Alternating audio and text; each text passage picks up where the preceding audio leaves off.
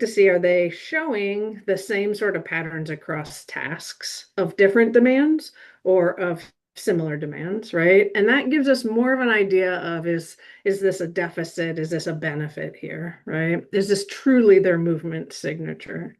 So, I felt confident in those applications. Again, not having a lot of data, just more of my own visual pattern recognition.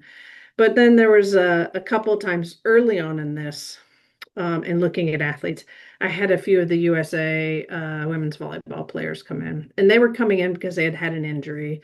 They were doing these tasks, and the physical therapist that brought them in said, "Well, I want them to do this block and this, turn and whatever." And I'm like, those are really hard to assess. Like, I've never looked at that before, right? I'm not sure how to really assess that, but let's go ahead and do it. They're close enough to jumping and landing. So we assessed a couple of the athletes, and it turned out that then two of them returned to the gym the next year, and they had, they were just kind of getting their checkups again. And I went back and looked at the data because they had them do the same tasks. I looked back at the data. I couldn't tell the difference. I mean, I could put these graphs right on top of each other in the time series from the beginning to the end of the task, the magnitude, the pattern of how they were using their joints and their muscle groups was the same. So I was like, ooh, wait a minute.